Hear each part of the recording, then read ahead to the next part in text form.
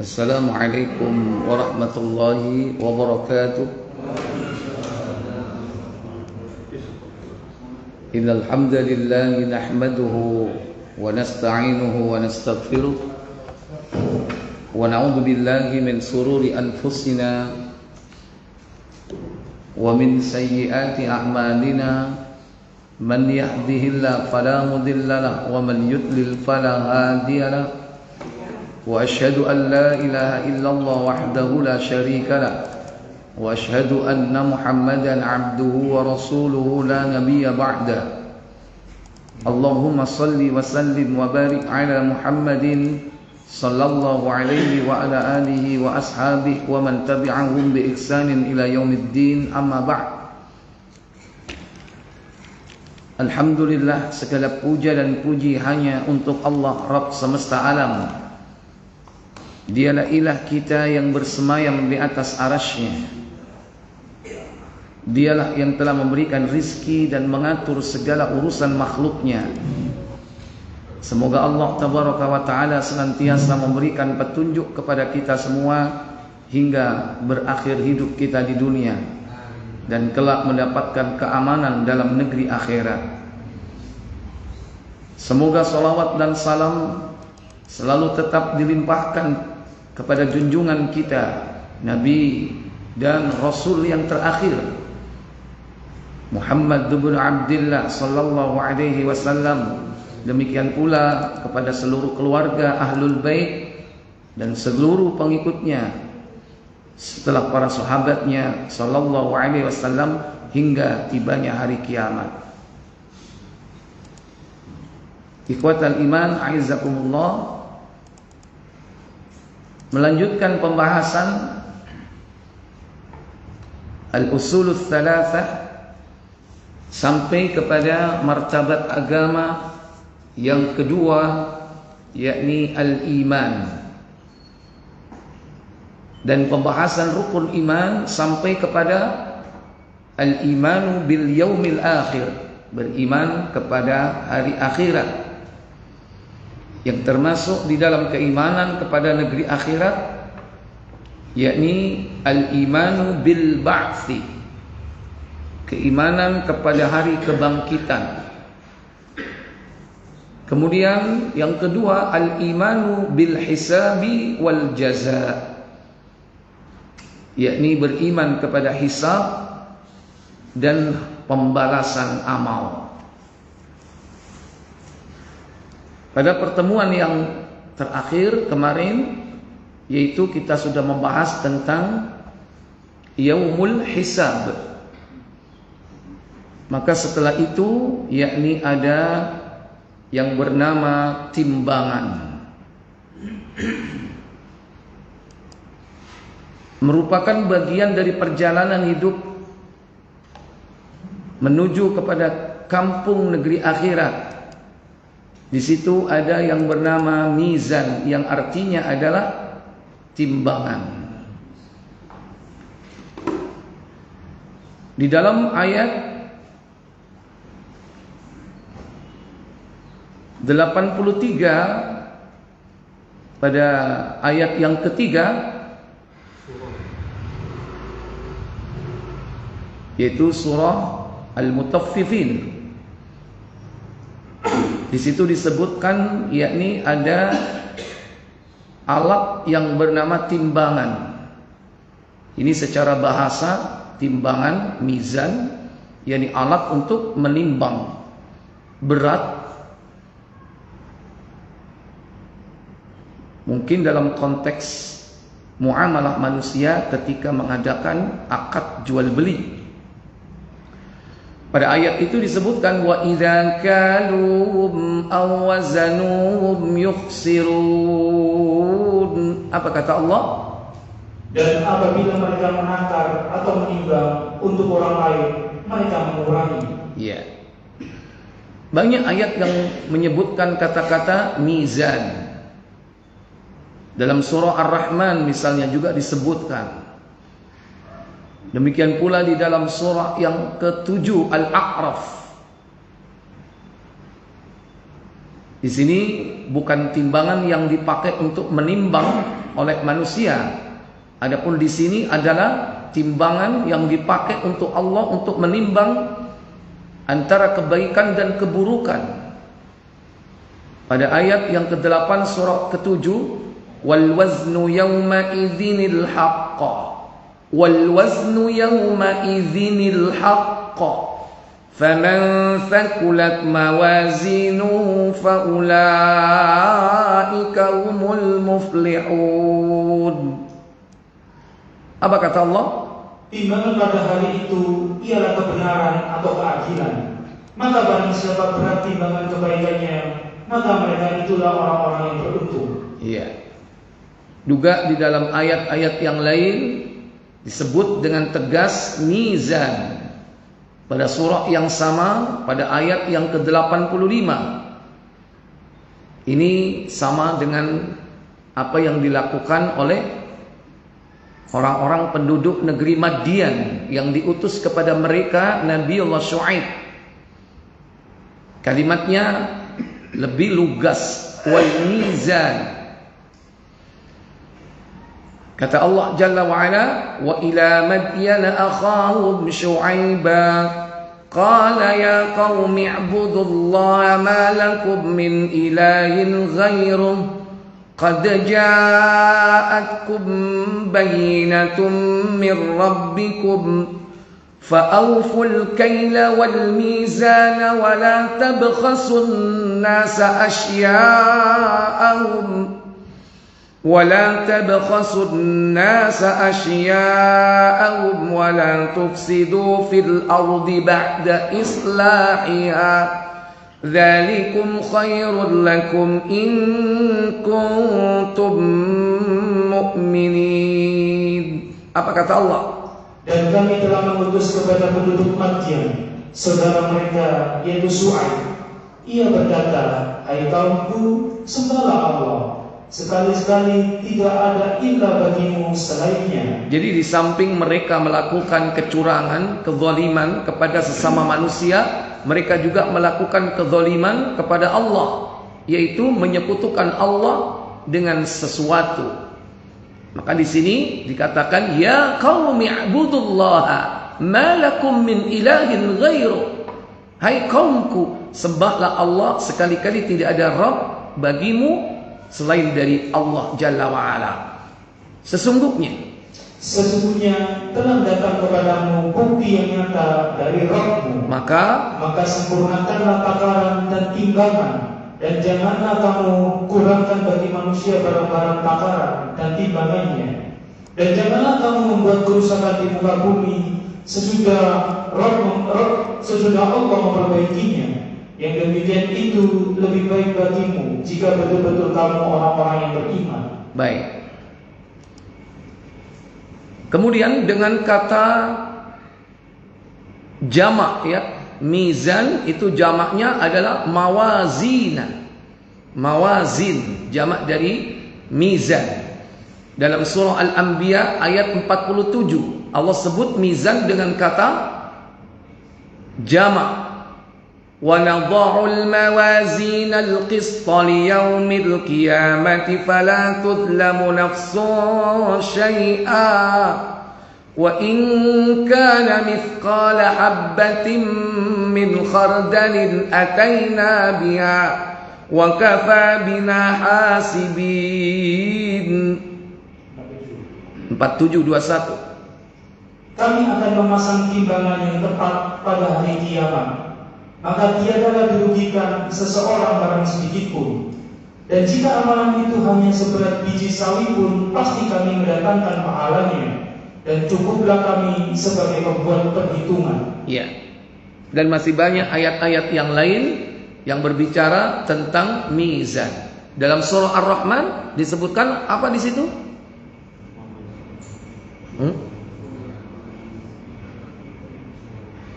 Alla tatghaw fil mizan. Ya, ayat berapa itu? Surat 55 Ar-Rahman. Ayat berapa?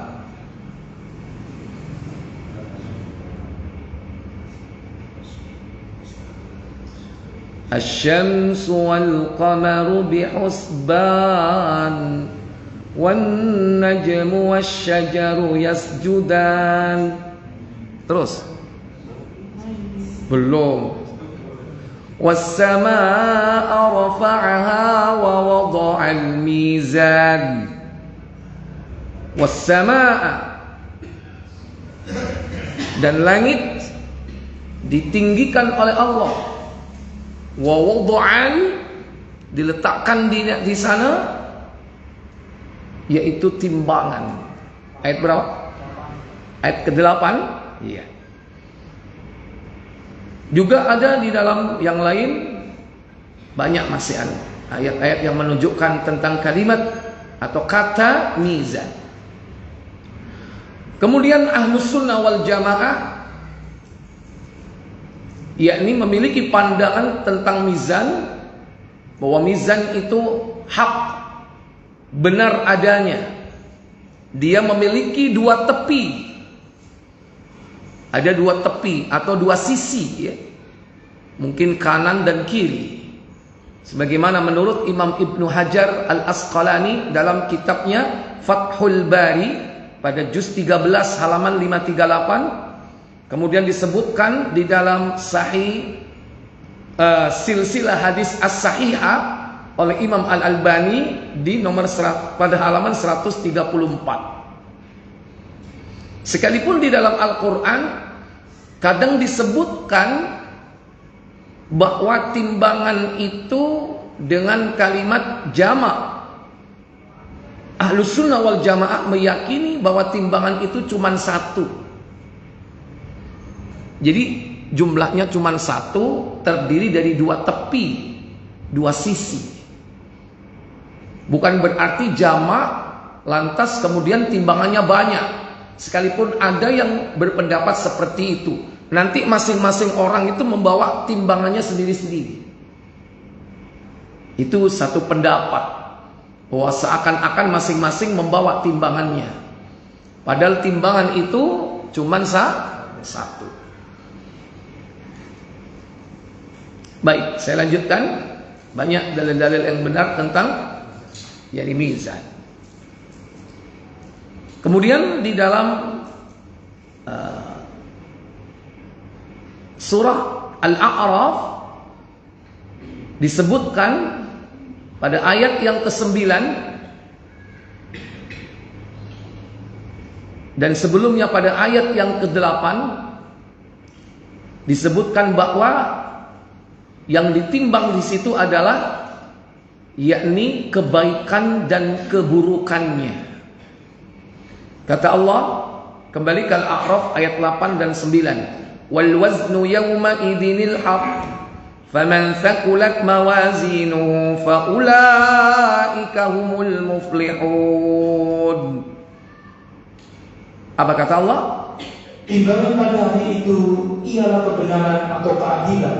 Maka barang siapa berat timbangan kebaikannya, maka mereka itulah orang-orang yang beruntung. Jadi yang ditimbang di sini apanya?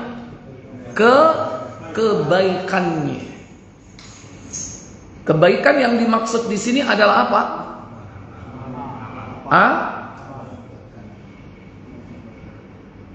Pahala amalnya. Ya.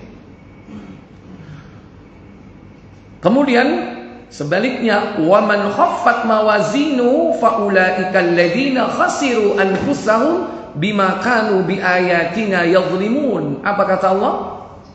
Dan siapa yang ringan timbangan kebaikannya, maka itulah orang-orang yang merugikan dirinya sendiri, disebabkan mereka selalu mengingkari ayat-ayat kami. Iya. Dari dua ayat ini menandakan bahwa yang pertama, yakni yang ditimbang itu adalah pahala amalnya. Pahala itu konkret apa abstrak sekarang? Abstrak apa konkret? Abstrak. Kalau amal perbuatan kita ini tampak, kelihatan. Orang sholat kelihatan, rukuk, sujud. Orang sedekah kelihatan. Tapi kalau pahalanya kelihatan atau tidak pahalanya? Nggak kelihatan. Berarti apa? Abstrak. Tidak tampak. Enak mana? Kalau kita diberi pahala itu enak konkret kelihatan apa tidak kelihatan? Hah? Konkret apa abstrak enaknya? Hah? Abstrak. Kalau konkret kita bingung. Satu kali sholat jenazah diberi pahala 1 gunung kirot, 1 kirot, pahala segede gunung Uhud. Kalau dikasih konkret, sampean bingung teke endi. Halo. Kan sholat jenazah 1 kali 1 kirot, mengantarkan 1 kirot, sholat dan mengantarkan 2 kirot, 2 pahala segede gunung Uhud. Orang akan bingung cari gudang untuk nyimpen apa? Pahala. Maka bersyukur kita apa? Hari ini dibuat apa? Dibuat abstrak. Itu hikmahnya. Dan di sisi lain itu ujian dari Allah. Makanya orang itu kadang malas berbuat baik. Kenapa? Karena pahalanya itu kok abstrak, tidak konkret. Nggak kelihatan. Apa sing sedekah mbek sing bakhil padha wae kok. Wong yo gak berubah. Sebagaimana kebalikannya, orang berbuat dosa tidak dikasih ganjaran, balasan dosanya konkret. Sekali bermaksiat nyelatu wong bendol siji, meso bendol maneh. Kalau itu langsung dikasih, gimana kira-kira? Sing hobi meso bendol kabeh. Ya. Makanya diuji oleh Allah, seimbang, pahala dijadikan abstrak, dosa pun dijadikan abstrak. Supaya apa? Orang tidak merasa dirinya rendah. Wong kakean dosa gak langsung dibales. Nanti balasannya di mana? Di akhirat. Cuman kita diperintah untuk apa? Bertobat supaya bersih nantinya. Bapak Ibu saudara sekalian, cuman nanti ketika di akhirat, saat di mizan, pahala-pahala kita itu akan dijadikan oleh Allah konkret. Makanya kita heran melihat pahala kita nanti itu.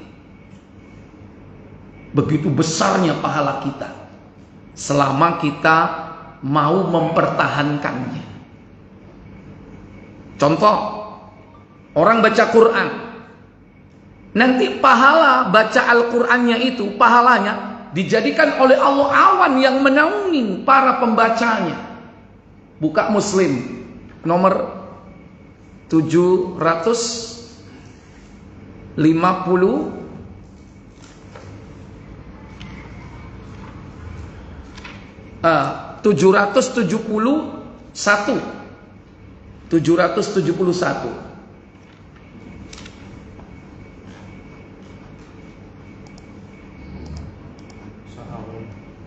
Iya. Silakan.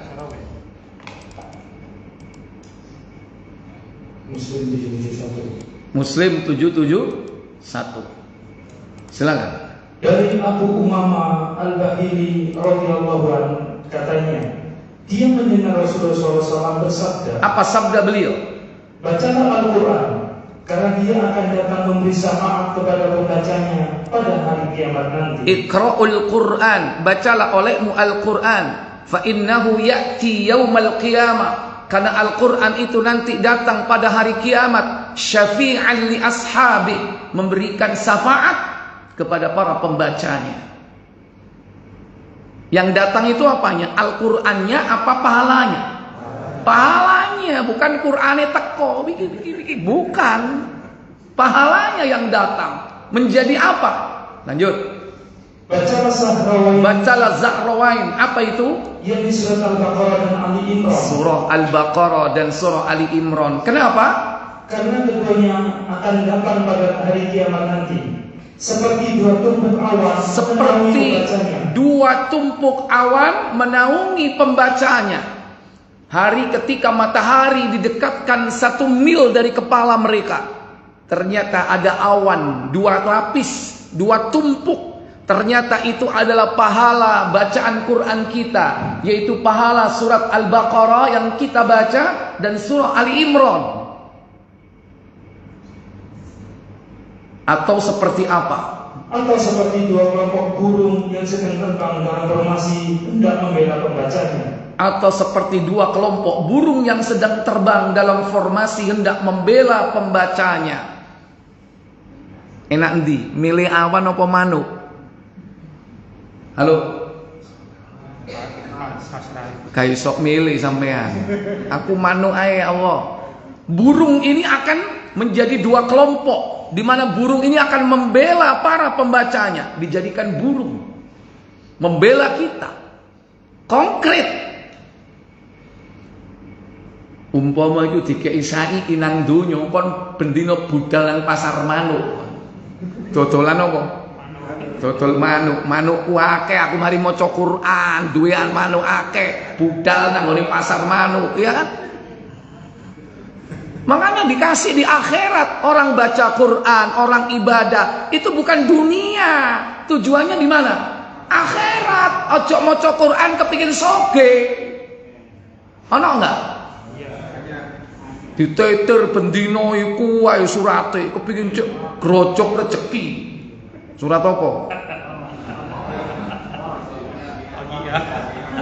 Bendino Al-Waqiah gak nyambut gawe yo. Berduae kon males nang omah turu. Ya.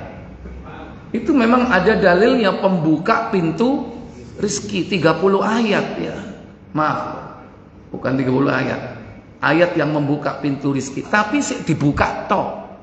Tapi nek kon meneng ya wis. Itu untuk memotivasi sebetulnya. Enggak ada hubungannya dengan rezeki. Rezeki itu sudah ditetapkan oleh Allah Jalla wa Ala. Oleh karena itu amal akhirat jangan berharap dunia. Amal akhirat ya untuk akhirat. Salat ya untuk di akhirat, jangan di dunia. Rajin tahajud, rajin sedekah, rajin baca Quran, rajin ibadah, itu untuk akhirat, bukan untuk sekarang. Kalau pahalanya minta sekarang, kita kewalahan. Tapi ada orang ustaz, orang itu ibadahnya rajin